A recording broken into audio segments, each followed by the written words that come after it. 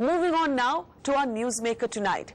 Arun Jaitley, BJP's leader of the opposition in the Rajya Sabha and one of its most articulate, outspoken voices, tonight takes questions on whether what happens in Gujarat will decide who will be the BJP's prime ministerial candidate. Also, he tells us why not a single Muslim has been given a ticket in the BJP list. Arun Jaitley from Ahmedabad, our newsmaker tonight.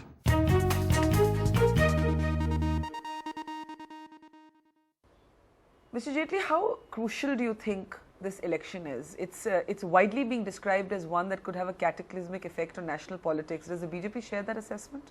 Well, every election is important, and particularly if it's a Gujarat election, is extremely important, because Gujarat elections are normally controversial also. And I think in the run-up to the Lok Sabha elections, Gujarat elections certainly finds a prime importance. It's of extreme importance to the BJP particularly, because the manner in which Gujarat has been governed in the last 10 years is an experiment which we are trying to showcase to the whole country. Many are linking the result of this election and how Narendra Modi will perform to the future of who will lead the BJP. Do you accept that linkage? Well, I can quite understand a legitimate debate on this subject, and I can't deny anybody the right of the debate. Certainly, he is a major leader in the BJP. He has a very good track record of governance, and therefore his name being mentioned as a frontline BJP leader for the future is understandable. But then there is a process by which a party takes a decision. We in the BJP will take a decision in this regard at an appropriate time. We have allies to discuss this issue with. We discuss it with them, and therefore this particular process has to be gone through. The final name, as and when it's decided, it is out of that process. But then, as I said, I can't really dispute anybody's right in the media or in public to have a debate. It's quite legitimate because he's a frontline leader. But one of the reasons that the media is debating it or the public is debating it is also because the BJP itself seems to have quite an opinion on it, or its allies do. So you have a Nitish Kumar who has an opinion on Narendra Modi, but you also have the top leaders of the BJP expressing their opinions on whether Narendra Modi is a prime ministerial candidate or not. Can we settle this controversy once and for all? Is the BJP going to declare a prime ministerial candidate before or after the general election? Neither am I authorized to say this, and even if I were, I'd never say this in the course of an interview. The whole issue would have to be discussed in a party, it would have to be discussed with the allies, and therefore whatever decision in this matter is to be taken will be taken only at the appropriate time. Let me frame it to you in a different way. Do you accept the linkage that how Narendra Modi performs in this election directly impacts a national role for him? I am not going to say yes or no to this issue, because I am not going to discuss what happens in 2014 today. That's not the issue. Today in 2012... What is the issue for this Gujarat election? Why is it so important? Gujarat election is important for two reasons. We have a very important leader, the Chief Minister of the state, who has a huge image in the state, also outside the state. He has a good track record of governance. Gujarat has been growing fairly well. The Congress isn't in the best shape as far as the country is concerned, and they seem to be quite shaky as far as Gujarat is concerned. And therefore, this election and the margin of our victory, I think, is extremely important for the way future polity will shape itself out. Within the BJP or outside the BJP? Well, I think it will have an impact all across. And because even within the BJP, Narendra Modi's stature is very tall.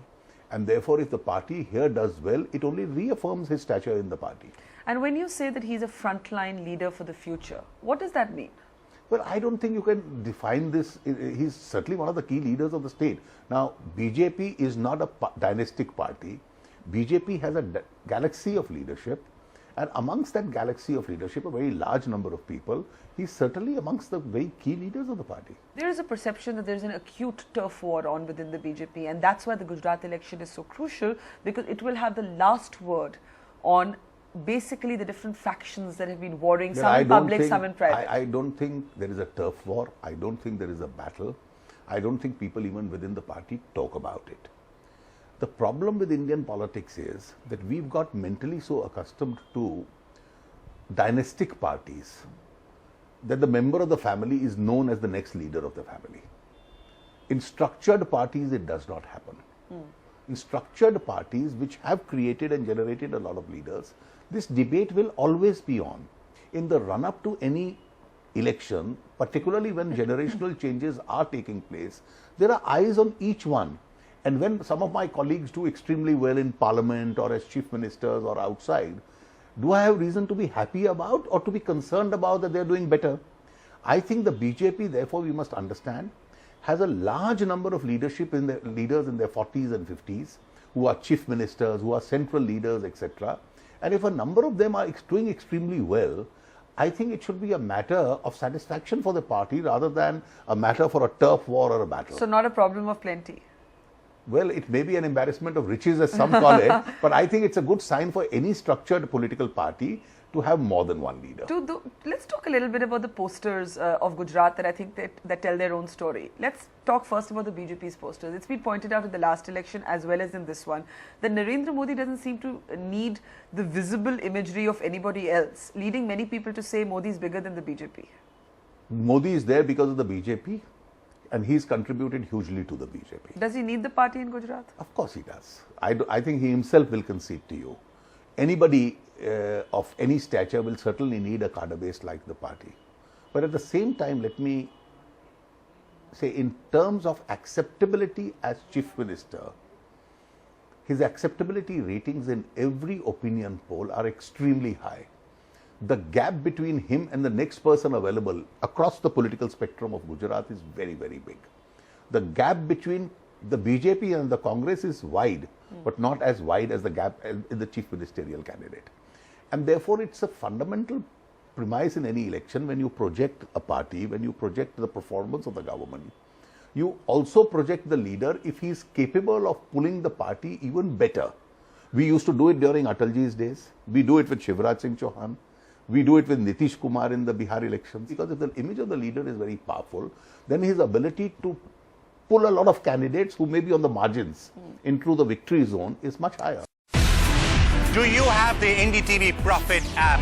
All the markets, all the news and your own homemade, ready-made portfolio available there for you.